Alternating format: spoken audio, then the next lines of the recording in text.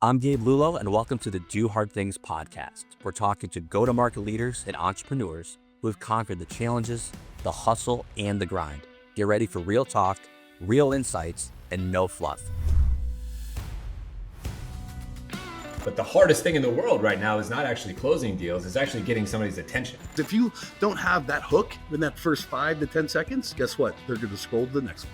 You need to go in and you need to make it sound like yourself. That's the biggest piece of the puzzle. And I promise you, we can all tell. The people that are trolls and the people that are haters never done the thing that you're doing. I love doing this podcast because I get a front row seat to some of the greatest minds in sales.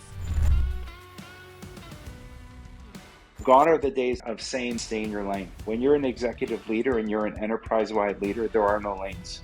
You've got to be partners. Curiosity is like when the type of questions you ask is sometimes the value that you bring. I need you to tell me when you're ready to buy or what you're ready to do.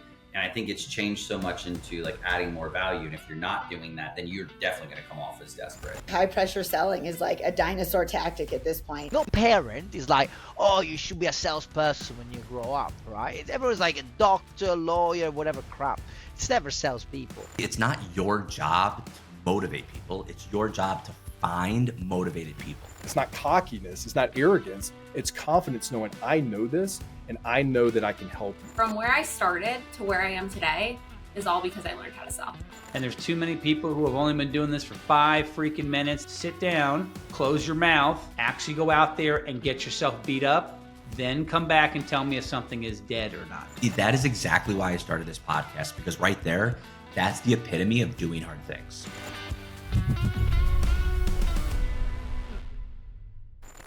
Welcome back to the Do Hard Things podcast with Lexi and Gabe. Today's guest is Marc Longwith, founder of Evolved Entrepreneur and one of the more unlikely paths to business mentorship you'll hear about. Marc grew up surrounded by addiction, started training in martial arts at 12, became a black belt and an MMA fighter, worked his way up from busboy to sommelier, and co-founded a thriving brewpub in downtown Las Vegas alongside Michelin star chefs and million-dollar brands. Then 2020 hit and took everything he built. He didn't just recover, he built and exited 2 7-figure brands, embraced the digital nomad lifestyle, and now runs Evolved Entrepreneur, a movement for high achievers who want to scale without sacrificing their freedom. His core belief: your environment doesn't dictate your destiny, your actions do. Marc, welcome to the show. We're so excited you're here, Marc Anthony. We just heard your bio. We love your bio. You're a perfect fit for our audience of Do Hard Things. Yeah, man, welcome to the show. How's it been going? Everything is awesome, Gabe. I appreciate you having me. It's a pleasure. I'm honored. Thank you so much. Yeah, of course. And admittedly, you and I, have been collaborating on a lot of cool things business-wise. So I was so excited we were able to schedule some time with you to actually share your story with the world. And my first question is always that origin story, right? We want to know, how did you get into this? Where did it start? Because you were telling me that you grew up in an environment where addiction was everywhere, right? You said you watched firsthand how easy it was to just get lost, right? So what kept you going from down that road to, maybe a specific moment that you chose that different path? I would say there's a couple things. I mean, one, I do have a belief in my higher power, whatever that means to anybody. That's their choice. So I feel like I've always kind of had a little angel on my shoulder. But as far as staying on the right track, I would say it was martial arts. I started pretty young. I was about 12 years old. And that gave me a lot of discipline and focus. And I came from an environment where, just to keep it brief, my grandfather went to the same prison my uncle went to, or reverse that. Uncle went to the same prison he went to. All my cousins, my sisters were all either doing drugs or selling drugs, usually both. And I was the only person in my family to ever graduate high school, at least my immediate family. So, it was just a lot of distraction. And growing up in Vegas was very fun and highly distracting. So I had to ground myself somehow. And I don't know if I did the best job, but I definitely was able to pull myself out of that environment and go in a different direction. And I will say this as well. I started in the restaurant business very early, like 16. And, I opened Bellagio when I was like 19 years old as like a food runner. And like, being in those environments definitely gave you a new perspective. And we all know how important perspective is. What a great story. And I want to double down on what you talked about with martial arts. Obviously, you started at 12, you were coaching other fighters by 14 and earned your black belt not long after. And most people at that age are just trying to figure out who they are, but you had that high level of discipline and responsibility at such a young age. How do you think that really affected your sense of identity? I think it gave me something to be proud of. I think it created my identity, to be honest with you. But I will say, I don't know where the drive came from. I was a 12-year-old taking 2 buses and then walking a mile to the boxing gym. And I look back, I'm like, what kind of parent lets their kid do that? Right. My mom would come pick me up after work, but yeah, I think my identity was shaped in that discipline of all that. But I also have to say that, nurture versus nature, like I don't know a 12-year-old that operates that way. So, and it took me a long time till in my 40s to start validating myself and giving myself credit. I had a lot of lack of self-esteem growing up, self-esteem issues. So, but when I look back, I'm like, man, it's kind of both, right? You put yourself in this environment, but you put yourself in that environment. So yeah. That's incredible. So hospitality, you mentioned that, but you just weren't, doing a typical hospitality job. I mean, you went from busboy to sommelier, which is, extremely difficult. It's one of the hardest careers in the world to go out and start mastering wine. But also, you did it. It's very different, right? For going from MMA discipline and martial arts to wine. I mean, frankly, it seems very different type of role. Walk us through how that taught you and why you went into that industry. What was that? It's interesting you say that because I had this desire as a boy to be a fighter. Like I wanted to open up a martial arts school in Asia, kind of like Steven Seagal did. And so it was just part of my DNA since I was a young boy, like as young as like 4 or 5, I can remember. And so it was my whole life was that. But in the same breath, you have this kind of parallel life of like, I need to make money, I need to survive. So I started bussing tables, polishing glasses, actually is how I started with Caesar's Palace and then Ruth's Chris Steakhouse. And so I remember I was 16 years old. This is a true story. I'm 16 years old. I'm in this environment, nightlife. I'm getting off work. I'm having Kettle One martinis with these servers and then going home and getting up for school at 6 a.m. Such a weird parallel life, but they both created a passion in me. It was, I got lucky enough to be taken from Ruth's Chris Steakhouse to Emeril Lagasse, who is a phenomenal chef. People know of him.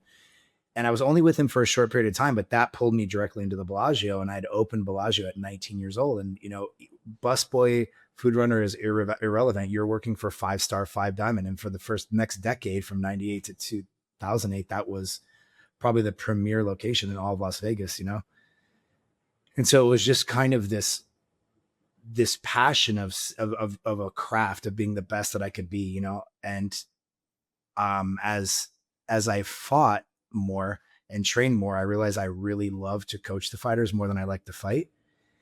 And, there wasn't a whole lot of opportunity there at that time. So it just kind of became inevitable that I would pursue the career that I knew. And just to give you background, my mother was in cocktails. My father was a bartender. So it's kind of in the family. And I just had a love for wine since I was like 16. I know it's a little young, but we start early in my family. We're Italian. So, and that's how it led. It just led to wanting to be the best, to be honest with you. Yeah, let's talk more about the brew pub in Las Vegas that really just became such a genuine hotspot for everybody. What does it feel like to build that from scratch? And what was it like working alongside those Michelin star chefs and world-class entrepreneurs? So I'll start with the chefs. There's a movie, and I don't know the name of it, and it's Julia Roberts, and she's a food critic. And I tell people, ask me like, what's it like to work in a high-end restaurant? And there's a part in the movie where the food runner is bringing the food out to Julia Roberts, and the chef goes, if you mess this up, I'm going to kill your whole family. And so that's what it was like in the 90s and early 2000s working for these chefs. I mean, I had friends that were over in Italy and France, 20, 30 person teams, all working for free just to be in that environment. So it's a much different environment. It was very militant, a few plates get thrown at you, things like that. But, and then on the brew pub side, that was a really interesting time in my life. We all got together. There was a group of us and we wanted to do something outside of just, being food service at the time. I wasn't even a sommelier yet. And we decided to look at what was going on. And basically breweries were in double digits growth in a down economy. And this is around 2009. And so we all said, hey, let's just let's build a brew pub. Vegas doesn't have any, and everywhere around us has all of these. So it was a really crazy experience because it took 4 years out of my garage. We contributed collectively about $250,000. We raised another $500,000. And people talk about like, oh, I'm not making any money. I just started my business 3 months ago. I'm like, I mean, we contributed for 6 years before we took a dime. It was really crazy. And it became literally the number one spot in downtown Las Vegas. It was popping, and it was awesome. And we had a lot of support. You know, Tony Hsieh was one of our investors from Zappos. The Light Group were one of our investors. So we had built a big enough reputation in the restaurant industry to kind of carry over. But it was wild. I can tell you that. It was definitely a boot camp. Yeah. So you said you're going to be okay with asking these questions, and just want to let the audience know, because the name of the show is Do Hard Things, but you then lost both parents, and then 2020 hit, and it took the business, right, with COVID. So that was an enormous loss, and it was compressed, multiple losses in a short window. So here's my question, man. I know it's a raw question, but how do you stay functional when life is literally knocking you so many times and hitting you hard? Well, there were two main incidences I can remember, and I won't go into them for the sake of time, but they happened, and they both were like all anchors just crushed. Death, loss of partner, business, all at the same time. And what I'll say is, in one of those situations, I really deconstructed pretty bad. And what I had going for me, though, was I was still able to go into work every day, and I was forced to like show up. In the other situation, I didn't have that. I was an entrepreneur by that time, and the business I had been sunsetted. And really, what I'll tell people who are going through those really hard things is, sometimes you're just surviving. Like, you're legitimately just surviving. And I think people don't want to hear that. And I think what they need to understand is that your nervous system can only handle so much. I consider myself a pretty resilient man, and I've gone through a ton of challenges. And I broke down. I call it the sacred collapse. And it really just was just day by day, piece by piece, knowing that this too shall pass kind of thing. And that's what got me through. And what I'll tell you, though, is, and nobody wants to hear this, is the person you will become on the other end of those things is impossible without going through those things. And I'm not going to lie to you, they suck. I mean, I almost died from a gunshot wound at one time. I lost my mom. I lost my dad. I lost my, girlfriend that I thought I was going to marry. I lost my business. And a lot of these things happen in very small, compressed times within 3 months of each other. And you become a person who has far more empathy, intuition, discernment, and genuine kindness and care for people. And, I work with a lot of clients and even people, and people just are drawn to me, and they're like, well, what do you think I can improve on? And I'm like, you could be more empathetic and kind, but it's hard to share that with somebody who has never experienced the harshness of life to that degree. And it's kind of tough. It's like, you can't tell your kids, like, oh, in my day, like, they don't understand. They know what they know. So.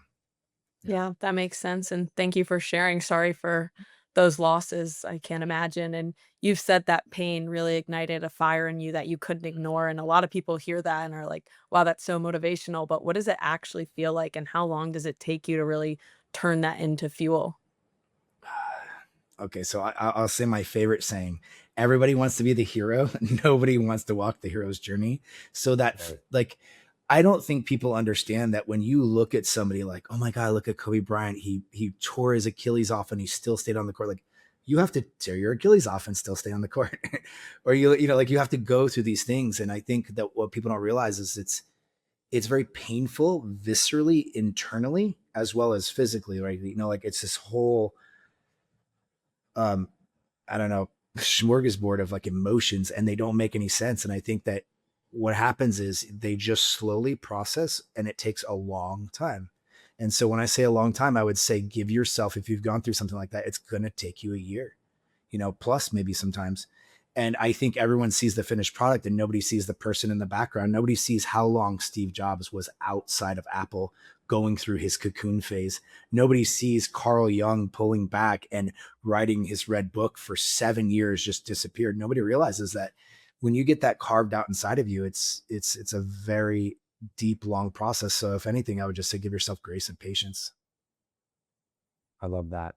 So let's talk about the bounce back, the rebuild, right? Let's talk about the light at the end of the tunnel that you persevered through. So you lost everything as you just mentioned, but you didn't just rebuild. You built and exited 2 7-figure brands, right? So most people go through that and they're like, wow, it's going to take you years to recover emotionally, right? But and let alone financially. But what you were actually doing is not only starting over, but you were taking it to the whole nother level. Take us through that. I think that I just was determined to take what I believed in and build it into something. And I wasn't going to let anything in my life be an excuse. And so there's a bit of stubbornness there. And I think when people see entrepreneurs, they don't realize like we're not like the average person. I think it's what 1 to 3%. My capacity to handle risk it would make the average person probably throw up every day. So I think that, what was that? I would say it was the grit, it was the discipline, and it was just the knowing that like, I'm not going to give up on this. And sometimes you're just plugging away. And then you look back and you're like, wow, this is crazy what I've accomplished. And I think people think it's going to be this grandiose kind of epiphany moment. And it's not. It's just the inputs day in and day out. And then one day you look back and you're like, I created exactly what I said I wanted to create. So. Awesome. Do you think that's something that you can train in somebody, or do you think it's something that it just happens through repetition in life? I think it can be trained through repetition in life. I work with a bunch of special operators, and I got a buddy that trains AFSOC guys, which are basically Air Force Special Operations Command, PJs. And, they train in Vegas. And I got another buddy who trains Marine Raiders in Orange County, or people going into and really, they have to have the grit to begin with. They have to have that desire, but there are things that can be trained into them. Like you can be the toughest guy on the planet. You can be David Goggins. They put him in the pool and he failed his first time, right? Because you don't have the experience. So I think you can train the mind. I think you can learn to calm it down. I think you can put it in circumstances. I think you can teach skills. I think you can even teach traits and instill belief. But I think if you don't have that inside of you to want to do that, I just don't think you're going to do it. I think that some of us are just built different, and people will argue that with me. But like I said, some of us are just literally built a little bit different. Yeah. So 2 things I want to touch on, because, you said you were drinking Kettle One martinis at 16 and of course, mastering wine by being a sommelier, but then, you're sober, right? You become what you're calling a sober digital nomad, right? So you went from building businesses and then traveling now all around the world, and your sobriety, of course, is there too. Can you take us through that journey, and what does that mean for you, both on the traveling and working all around the world, and also the sobriety? So I'll take you. It's an interesting path because I actually do drink a little again. So and I'll share this whole path with you. And what I've learned, and this will help people that are struggling with the alcohol thing, is basically mathematically, I sat down with my business partner as a sommelier and I said, how much do you think we drink a night? And so we looked at the shots of Fernet that we would take. We looked at I was drinking bourbon and Coke. He was drinking gin and soda. And then with a wine, and we just calculated for a couple nights. And we were drinking 2 liters of 80 proof alcohol a night, if we were to average it all out, for years. And it was just part of it. And I won't elaborate too much, but that didn't count us going into the walk-in with Chef. You can imagine what happened in there. So just to be honest, we're in Vegas. And what you realize is that like it becomes a lifestyle. And so it was very challenging for me to let go of that. When I moved down to Del Mar, I went from Vegas to a 4,000 person town that everything closed at 8 o'clock. And I did a lot of internal healing. And what you realize is that alcohol is a very beautiful thing if it's used properly. I love the craft of it, right? I mean, making beer is unbelievably beautiful. Like if you look at a wine, I mean, it takes years. You look at whiskey, you're talking sometimes decades. And I think there's a real beauty in being able to share these things with somebody. And so what I learned was if I want to get back to the beauty side of it, I had to let go of the addiction side of it. And so what I did is I said, I have to stop. Yeah. And so I stopped for quite a while because I realized that it was going to take a reset. And a lot of that time I was traveling. And so I didn't actually, I did taste a little bit when I was in other countries as far as wine tasting, but I didn't really drink much for maybe, I don't know, 3 to 4 years. It was very minimal. And it was very beautiful to experience what it was meant for again, rather than just to numb everything. So I will tell people, like, I don't think you have to always go so hardcore and say, I'm never going to do this again. But if you want to actually quit, you have to tell yourself, I'm never going to do this again. Like, you don't have really much of a choice. And then as far as a digital nomad experience, I'm of two minds with that. It was one of the most enlightening things I've ever done. And I will tell you this as well. It will be one of the most lonely things you've ever done. And it will not produce the type of growth and community you desire in your life. Anything that's built strong and has roots and can grow very tall and big requires you to be in one place with people. That I will tell you. So it was awesome. I'm glad I did it. At this point, I have no desire to travel in the moment other than a few vacations. And I'm very, very stable down here in Colombia at this moment. So yeah. Before we get into the coaching philosophy, I'd love to know, where was your favorite place that you traveled to? To be honest with you, it was Medellin, Colombia, which is where I live now. And people ask me why. And all the guys are down here for the girls and this and that. And I really don't barely even date. It's the weather. I lived in San Diego, North County, and this blows San Diego out of the water because it's literally 75 degrees every single day of the year round. You don't get that in San Diego. It's still 40 in the winter. It's still 80, 90 in the summer. And it's just, you're surrounded by nature. So the civil engineers worked with the forest engineers and they brought in over 1 million trees. So you'll be walking through the city. And by the way, every Sunday they shut down the main street of the whole city. And and it's a big city. It's 3 million people. And you're walking in just canopies of trees and everyone's out running. And it's magical. Colombia is magical. And I think that it's, and I'm just a sucker for weather. Maybe I'm just too bougie to want to deal with the heat or the cold. If it gets to be 58 degrees here, the people are like, oh my God, they're like, got these like you're like, what are you wearing? Like, it's not even cold. And then it's like 85 and everyone's like, I'm dying. And I'm like, are you kidding me? So they're pretty spoiled down here, but it is beautiful. Oh, that's awesome. I'll have to look into it, maybe take a vacation there. But let's now dive into the coaching philosophy. Most coaches focus on adding things into people's routines, strategies, frameworks, habits, system, and you do the opposite. You focus on really removing what's in their way. Where did that come from, and how do you convince someone who's always been chasing more in their life to start letting go? Well, I'll tell you, that last statement you just said is very challenging. There's a book called The Scholar Warrior, and I read it when I was 14 years old, and it's a Taoist book, and it says, look within, all answers are there. It's a big form of Taoism. And so what I learned from that is that, like, we keep trying to add on to a system and a body that already knows what's best for it. And I used to do workshops, like 100 to 200 people, and they would be 5 days long. And I would always preach this. I would say, picture your whole mind body ecosystem like a zombie movie. There's like wrecked, trains and semis, and you're like going like this. I think of like, what I'm talking about, the Walking Dead, right? Like when they see a freeway and you can't walk through that freeway, dude. You're like, you definitely can't drive through it. And then you look at like the Autobahn in Germany and you got like a Porsche and you're doing 180 miles an hour. That is the difference. And I think that we're peeling the onion and the layers of all of this conditioning and patterns that we've all got from childhood. It's just human nature. You're a piece of software. A little baby is a piece of software, and you're going to program that baby through adulthood. And most of what's holding people back is their own internal patterns, their thinking, their traits, their beliefs, and they're all trying to add skills. And I'm like, skills to me come last. I mean, even if you look at Tony Robbins, he's like, everything starts with state. And for him, state is vibration and that. And then strategies after that. Right. And everyone's trying to add on more skills.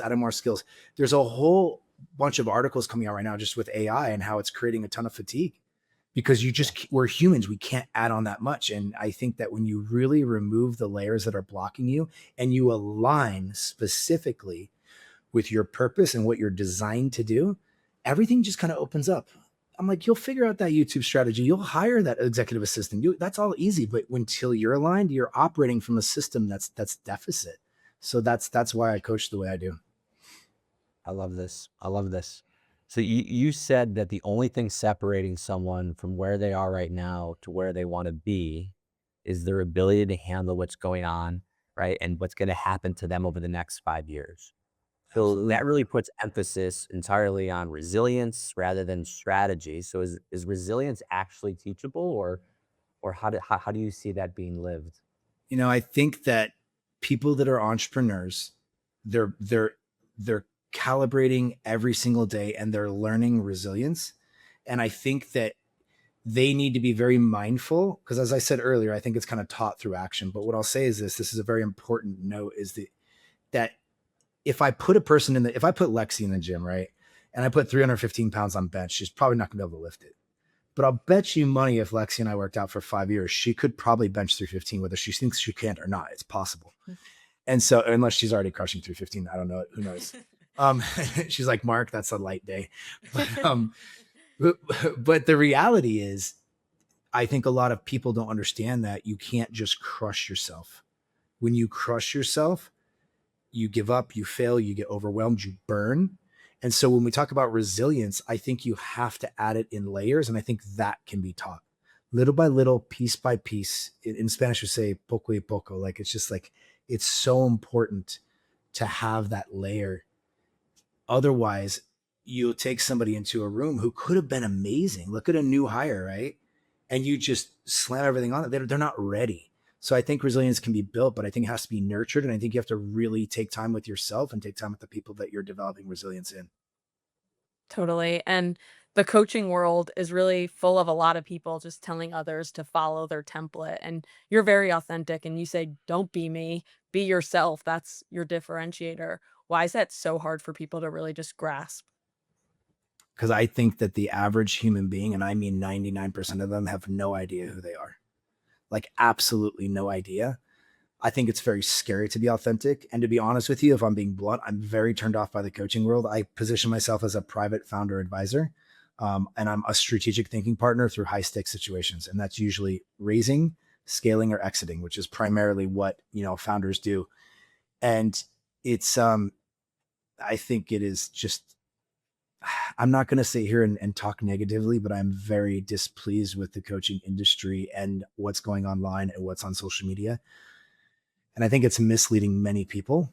And so it's my mission to try and bring something a little more authentic to the table because, I post a lot. I've been trying to post about 5 times a day and build my channel. A little sick this week. I was under the weather, so I didn't post too much, but that's the goal, is to bring a little more authenticity to the market. And I will say this though, speaking of authenticity, Lexi, is we're seeing a major shift and a major swing. And I think you're going to see a big swing towards raw content, real people. I mean, these people have been being sold to through funnels for 20 years now, and they get it. Like, the average person understands direct response marketing because they've seen it every day in their damn feed. So I think you're going to see more of a push toward authentic content creators and influencers.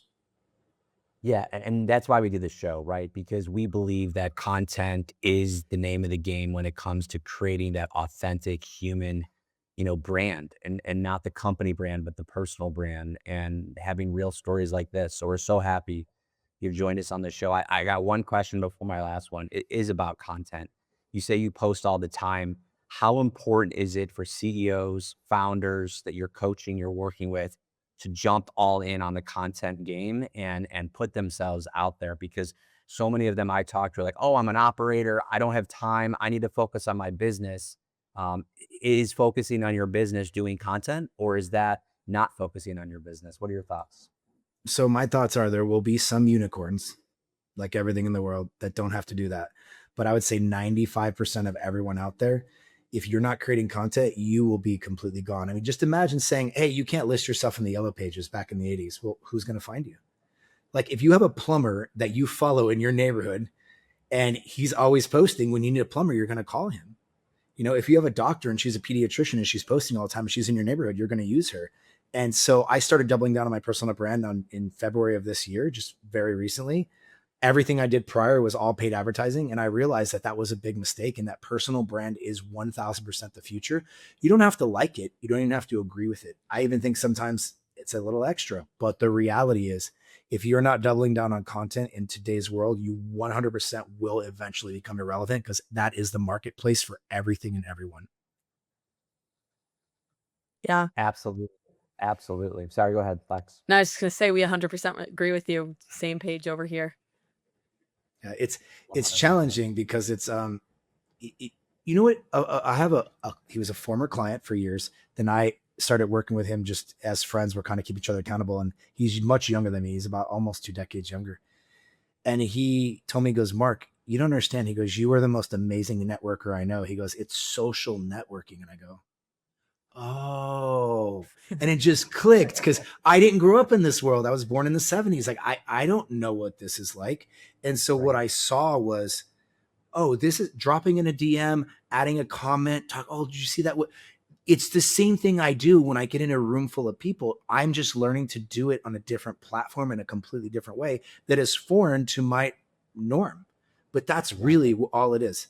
It's just social networking, and we're in interest economy now. We're not in this whole influencer economy anymore. And what I mean by that is, if you have something that's awesome that people like, you can literally post it and it will go to millions of followers if they like it. It has nothing to do with how you could have 0 followers, you could have no likes. So I think that's really cool because Facebook in this regard, I think, is doing a really good job with the algorithm. So yeah, absolutely. Hey, listen, this has been an unbelievable show. Thank you so much for being so raw, so transparent. I know so many of our followers are going to love this, and I can't wait for them to reach out to you. Who is that person? Who's the right person that should be reaching out to you? And what's the best way for them to connect? So I would say any founder that is going through what I call a pivotal moment, and that could be scaling, raising capital, or exiting. The last 2 gentlemen I worked with were both exiting. One was, I can't elaborate too much, but one was doing a merger with Meta. The other one is working directly with the NHL. And we went through exits with both of them. And the reality is, when you're going through high stakes situations, you don't have anyone to talk to about this, to be able to see you and to be able to discern the next best move. And so I basically position myself as a strategic thinking partner. So that's what I do, and that's who I'm looking for. Well, Marc Anthony, thank you so much for joining us on the show. We're so excited to have you, and we can't wait to get this out to our audience members. Everyone, keep doing the hard things, and Lexi and I will see you on the next one. Take care, everyone. Thank you. Appreciate you guys.